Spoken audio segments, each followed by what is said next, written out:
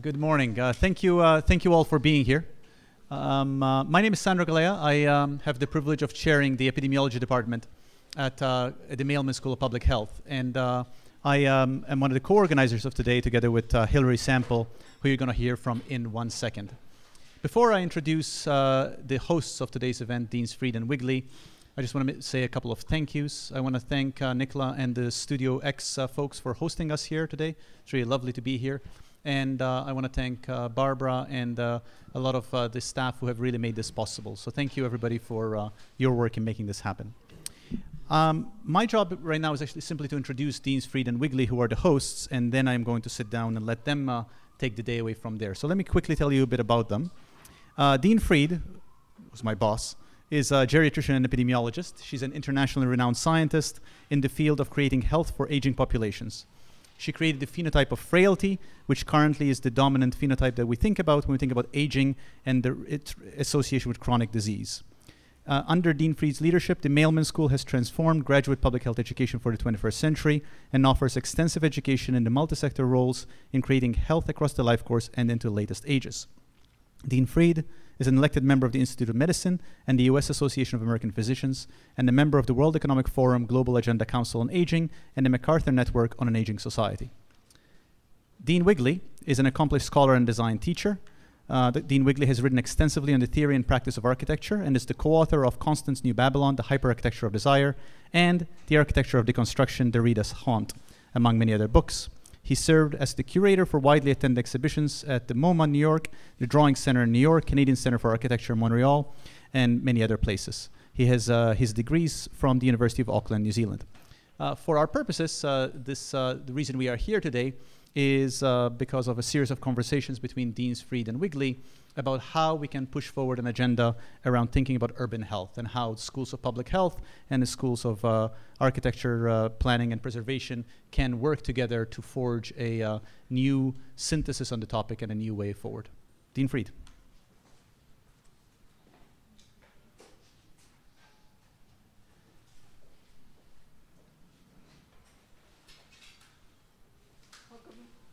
It's not on. Is it on?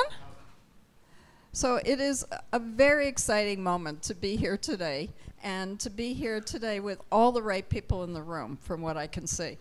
And to be here today particularly with Mark Wigley, with whom I have been having the real honor of discussions over several years about the future of cities and the key role of architecture and public health together in creating roadmaps for our future collective success.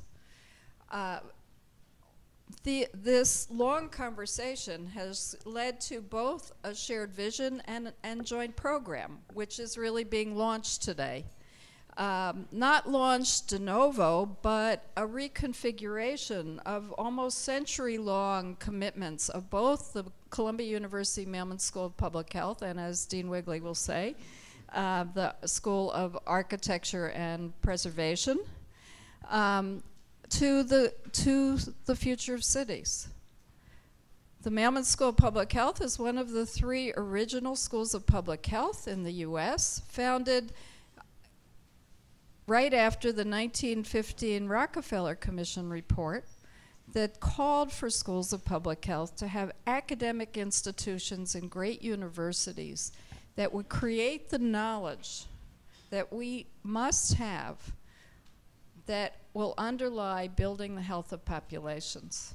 And of course, in a world where 80% of populations will be in cities very shortly, the design of cities, which brings almost half of our health as people and populations, almost half, is absolutely critical to ensuring health and well-being. Public health is built on science, but it is the actions we must take collectively to protect and preserve the health of populations. That's the Institute of Medicine definition. And this school is totally in on reconfiguring our almost century-long commitment to the health of populations and the health of cities in partnership with GCEP. Thanks, Linda. Just to welcome all of you to the space, and to thank Nicola and her crew for creating a wonderful atmosphere for this conversation. Studio X is sort of what happens when you turn a university inside out and you take the space of reflection and you place it right in the middle of the city. And what we believe very deeply is that when you have a conversation in the city, it's a different kind of conversation than a conversation about the city. The good news is, of course, the official name of Columbia is Columbia University in the city of New York. So it has this sort of unique advantage of being sort of thoroughly urban in its character. So it has some of the classical features of the university, the sort of monastic withdrawal, but it's monastic withdrawal in the middle of one of the craziest immigrant cities in the world. So you're basically withdrawing to your laboratory inside a laboratory, and it's always unclear whether what's going on in New York City is more crazy than what's going on inside the laboratories of Columbia. And maybe the beautiful campus of Morningside is a sort of neutral territory of non-craziness. And if you either go out of Columbia or in, you enter a wild place. And what's interesting, if you go right into the heart of Columbia now, you find people obsessing about cities. So when the School of Architecture was formed in 1881, it was, I think, maybe the 4th School of Architecture in the United States, so a very similar kind of mandate. The guy who forms the school is the person who created the very first School of Architecture in a university anywhere in the world. So at a certain moment of time, 1881, Columbia University says that it wants to be less stupid about cities, so it opens a school devoted to cities. That's us. But of course, at that time, the United States was going through rapid urbanization. That's why I think the university needed to respond to that. It was a still young nation that wanted to know how to handle its new urbanity, but also what would be an American architecture in an American city. So of course, sitting on New York, which is, Manhattan is quite close to America. It's a very good place from which, in fact, from here you can see America. It's just across the river there. It's a great spot to put a university that could draw wisdom from Europe and then also draw wisdom from the heartland of the United States. But of course today we also have to draw wisdom from the real laboratories, Africa, Latin America, Asia, what used to be Russia, although it seems to be becoming Russia again. And the mandate is still there. The difference is there's not one corner of the university that you would not think of as being devoted to the question of the city. So I think the School of Architecture's role has changed from being the kind of designated place for that reflection to being a kind of coordinator of conversations and research around that. The reason that I have enjoyed so much the partnership with Linda, and I think it's going to be a permanent partnership of the School of Architecture and the School of Public Health, is that if you're really serious about cities, and the School of Architecture is, in the end, you're going to be serious about health. In fact, health is one of the few words you could use to encompass everything that goes on inside the school, Graduate School of Architecture, Planning and Preservation. And there may be no other word, actually. It may be the key word. If you're super serious about public health, which Linda and her team is, you very quickly identify that cities are really where things are going, not simply because we're moving towards 70, 75, or even 80% of the world living in cities, but the city itself is inseparable from the human biology and psychology. So basically, we're in a moment in time in which I believe there are more experts on the city inside the School of Public Health than inside the School of Architecture. And I think that's a fabulous thing.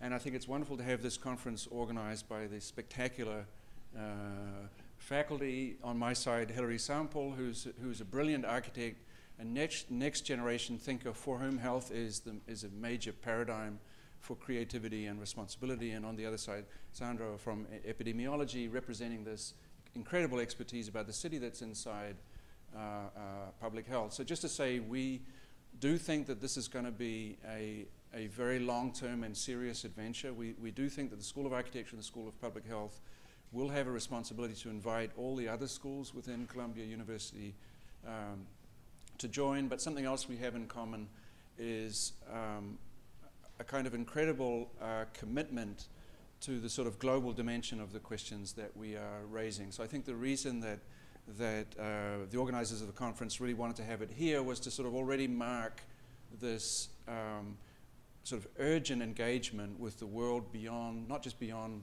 Columbia University as a place, but beyond New York to the world, which is what, of course, Studio X represents. So it's really thrilling that you're here. And just the, I came late as always. I knew, since this is a coordination with public health, that I couldn't be as late as architects would be used to, so I was only 5 minutes late, whereas we have a kind of 15-minute rule. I suppose in public health, people die within those 10 minutes. Like it's a, I don't know what 10 minutes means, but I think 10 minutes in an ambulance is probably the maximum distance. So I slid in 5 minutes later, and there was already just this fantastic feeling in the room of people excited about the conference and excited about the speakers. So this is really already a great compliment to the organizers, not just for the people you've asked to speak, but for the timing of it, the location of it. And I think Linda and I just could not be more grateful. So I think do I hand over to Hillary at this point? And just with enormous affection and gratitude to you for doing the work that we have imagined is urgently necessary and also just super, super exciting. I think this is the least boring thing for a School of Architecture to do. So, I'll just take the opportunity also to thank Hillary Sample and Sandra Galea.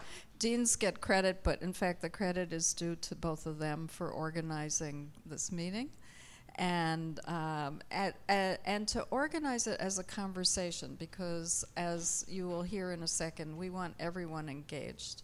The future of our cities is up to all of us, and we both are privileged to be part of schools which are deeply engaged in our city and the world, and I hope that will be well exemplified today as the beginnings of new kinds of cross-sectoral engagement, conversation, vision, planning, and paths forward for all of us. So I'll turn this over with thanks to Sandra Galea, who is the chair of our Department of Epidemiology and an internationally renowned expert on urban health issues, and to Hillary Sample. Hillary.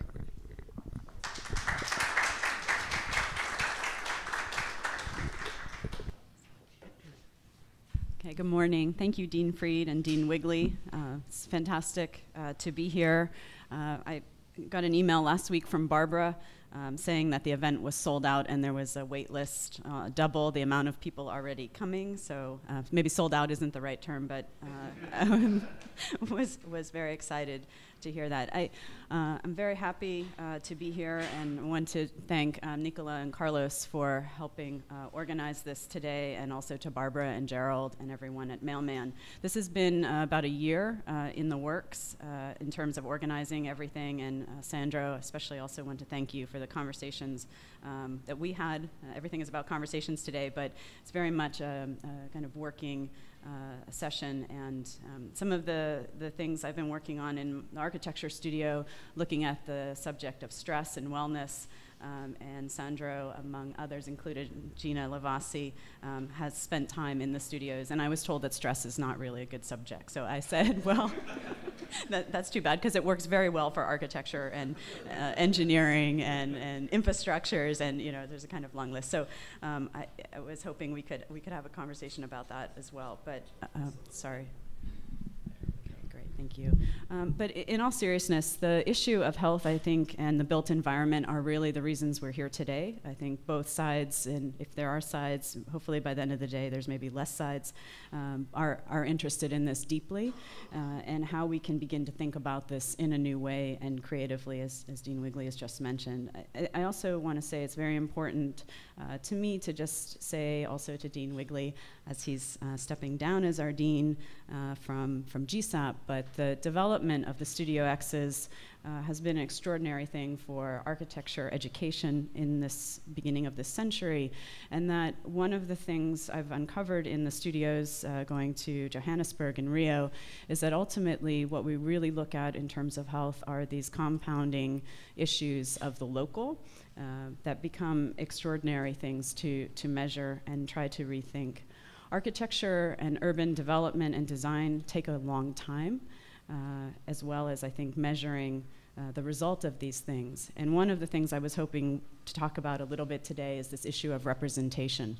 Both of our disciplines and the multiple disciplines have very different outcomes and, let's say, products or means of representations.